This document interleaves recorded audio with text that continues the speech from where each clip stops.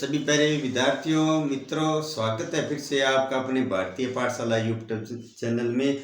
आप निरंतर हमारी कक्षाओं का अध्ययन करें, इससे हमें बहुत ही बड़ी खुशी की बात है कि आपको हमारे द्वारा जो संचालन किया जा रहा है वो एक अच्छा प्लेटफॉर्म अर्थात माध्यम है जो बच्चों के सीखने के लिए काम आ रहा है। तो मैं फिर से आपसे यही गुजारिश करता हूं कि आप हमारी निरंतर कक्षाओं का अध्ययन करिए। जो भी पढ़ने वाले विद्यार्थी है, जो शिक्षार्थी है, उनको आप ज़रूर आगे भेजिए।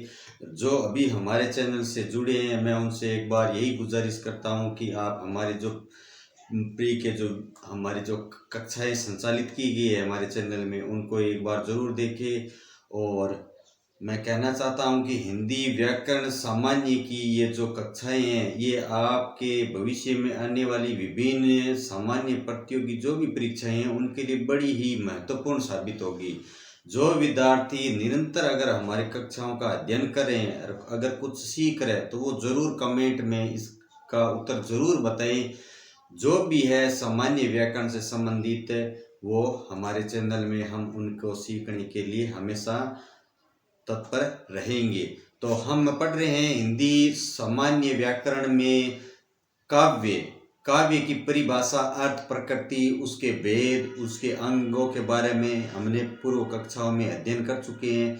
और आज हम जो अध्ययन करें काव्य के गुण, अर्थात काव्य के जो गुण होते हैं जिससे हमें अनुभूति प्राप्त होती है, वो विभिन्न विद्वानों के अनुसार भी जो चर्चा में रहे हैं और अंततः जो उन्होंने अंत स्वरूप में जो स्वीकार किए हैं वो 3 काव्य के गुण हैं, जिसमें पहला हमने माधुर्य गुण है वो उनकी परिभाषा अध्ययन करें। एक बार आप जरूर उन्हें देखें।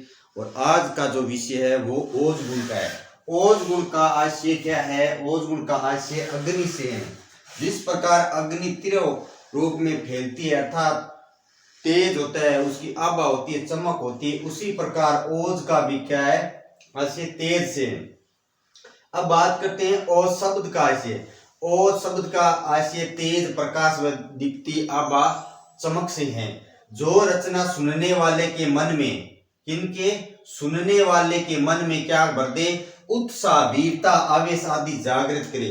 अर्थात सुनने वाले के मन में तुरंत उसके अंदर एक उत्साह रूप भर दे, वीरता की भाव भर दे, आवेश मतलब तेज भर दे आदि इन चीजों को जागृत कर देता है, वो ही क्या होता है? ओज गुण।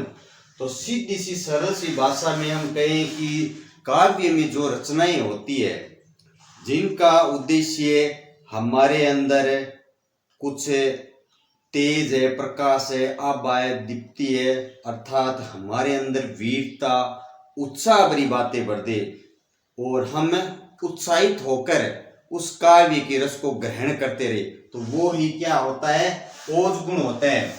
अब हम बात करते हैं कि ओज गुण में किस प्रकार हम उसको पहचाने या किन वर्णों का या किन चीजों का हमें समावेश होता है। तो जहां द्वितीय वर्ण अर्थात 2 समान वर्ण होते हैं उनको द्वितीय वर्ण कहते हैं। तो सबसे ज्यादा द्वितीय वर्णों का प्रयोग होगा संयुक्त वर्ण, संयुक्त अक्षर जो भी होते हैं तो संयुक्त वर्णों की इसमें क्या होती है? अधिकता होती है। क्रय, त्रय एवं रकार युक्त वर्णों का प्रयोग होता है। ट, ठ, डे, डे से बने शब्दों की इसमें क्या रहती है? अधिकता रहती है। अधिक रूप से ट, ठ, डे से बने शब्दों की अधिकता रहती है। लंबे लंबे समासों द्वारा कविता की रचना की जाती है। मुख्यतः ये बहुत ही इंपॉर्टेंट है। जहां पर लंबे लंबे समासों के द्वारा कविता की रचना की जाए वहां हमेशा ओज गुण होता है। इससे पहले हमने माधुर्य गुण में क्या पढ़ा था?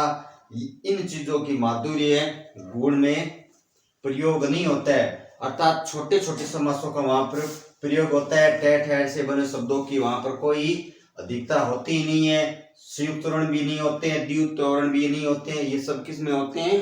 ओज गुण में। तो अब हम बात करते हैं प्रयोग के आधार पर वीर, रौद्र, भयानक तथा विभत्स रस में किया जाता है। जिस प्रकार दिनकर का जो कुरुक्षेत्र है उसमें विभत्स अर्थात जो युद्ध में जो जन और जो भी उसमें नुकसान हुआ था मानवता का, तो और संहार हुआ था, तो उसका वर्णन किया गया है दिनकर के द्वारा।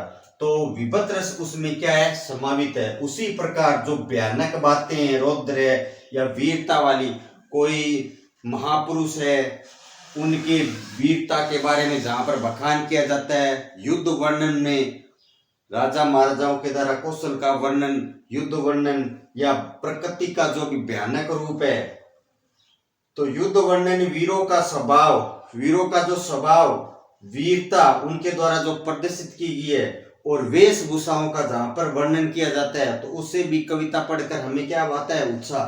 प्रकृति के विराट एवं भयंकर दृश्यों को प्रकट करने के लिए ओज गुण का प्रयोग किया जाता है।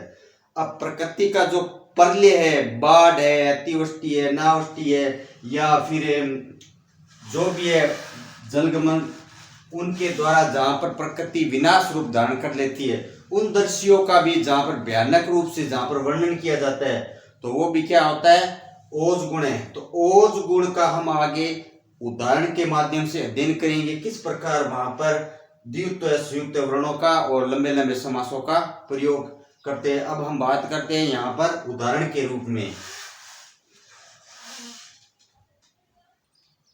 उदाहरण की बात करें तो किस प्रकार हम द्वित्व और संयुक्त वर्णों का यहाँ पर काव्य में प्रयोग हुआ है। तो दिल्लीय अर्थात इसमें द्वित्व वर्ण, दो समान वर्ण का प्रयोग हुआ है। दलन गंजाई के शिव सरसा निष्कंक, यहाँ पर द्वित्व वर्ण का प्रयोग हुआ है। लूटी लिया सुरती शहर वंक ककरी, यहाँ पर द्वित्व वर्ण का प्रयोग है। अति डंक वंक वकरी द्वित्व वर्ण, अति डंक डकारी अरु संकारी खल, सोचती कित बरोच लिए विमोचक चल। इस प्रकार इसमें हम देख रहे हैं कि लंबे लंबे समास वाले, एक तो इन शब्दों का प्रयोग हुआ है लंबे लंबे समास वाले, दूसरी बात संयुक्त वर्णों का प्रयोग हुआ है और द्वित्व वर्णों का भी प्रयोग किया गया है। इस प्रकार हम देख सकते हैं कि काव्य में जहां पर द्वित्व वर्ण और जहां पर लंबे लंबे समास वाले और संयुक्त अक्षरा वाले जो भी वर्ण प्रयुक्त किए जाते हैं वो ओज गुण होते हैं, और इसको पढ़कर हमारे अंदर वीरता और उत्साह भरे भाव जागृत हो जाते हैं। अर्थात यहाँ पर वर्णन इस प्रकार किया गया है, दिल्ली दलन गंजाई के शिव सरसा निष्कंक, लूटी लिया सुरती शहर वंक वकरी अति डंक डकारी अरु सकारी खल, सोच चकित भरोच लिए विमोचक चल। अर्थात यहाँ पर इस प्रकार किसी सेना का वर्णन है वो किया गया है ताकि इनको पढ़कर हमारे अंदर वीरता और उत्साह भरे और जो रसों का प्रयोग किया गया है। अगला है युद्ध वर्णन की, जहां पर युद्ध में किस प्रकार जो वीरता के साथ लड़ाई की बातें होती है। मार ही चपेट ही अट्टी दांतन काटी लातन मंज ही, चकरी मरकट भालू छलबल करही नेही खल संजी।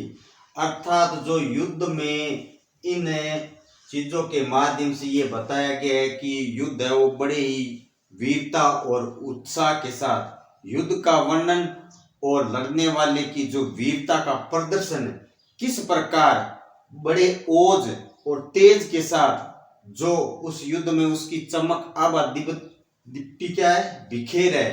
तो इस प्रकार इस माध्यम से हमें ओज गुण है वो प्रकट होता है। इस प्रकार हम जान सकते हैं कि ओज गुण में जो वर्ण है और किस प्रकार लंबे लंबे जो समासों का प्रयोग। आज की कक्षा में बस इतना ही मैं कहना चाहूँगा। आप हमारी कक्षाओं का निरंतर अध्ययन करिए और हम कल है वो इसका जो तीसरा गुण है प्रसाद गुण, उनके बारे में अध्ययन करेंगे। तो आप है वो इसके लिए प्रतीक्षा में रहे। जैसे ही हम आपका जो कक्षा में संचालन करेंगे आप उनको ज़रूर देखिएगा।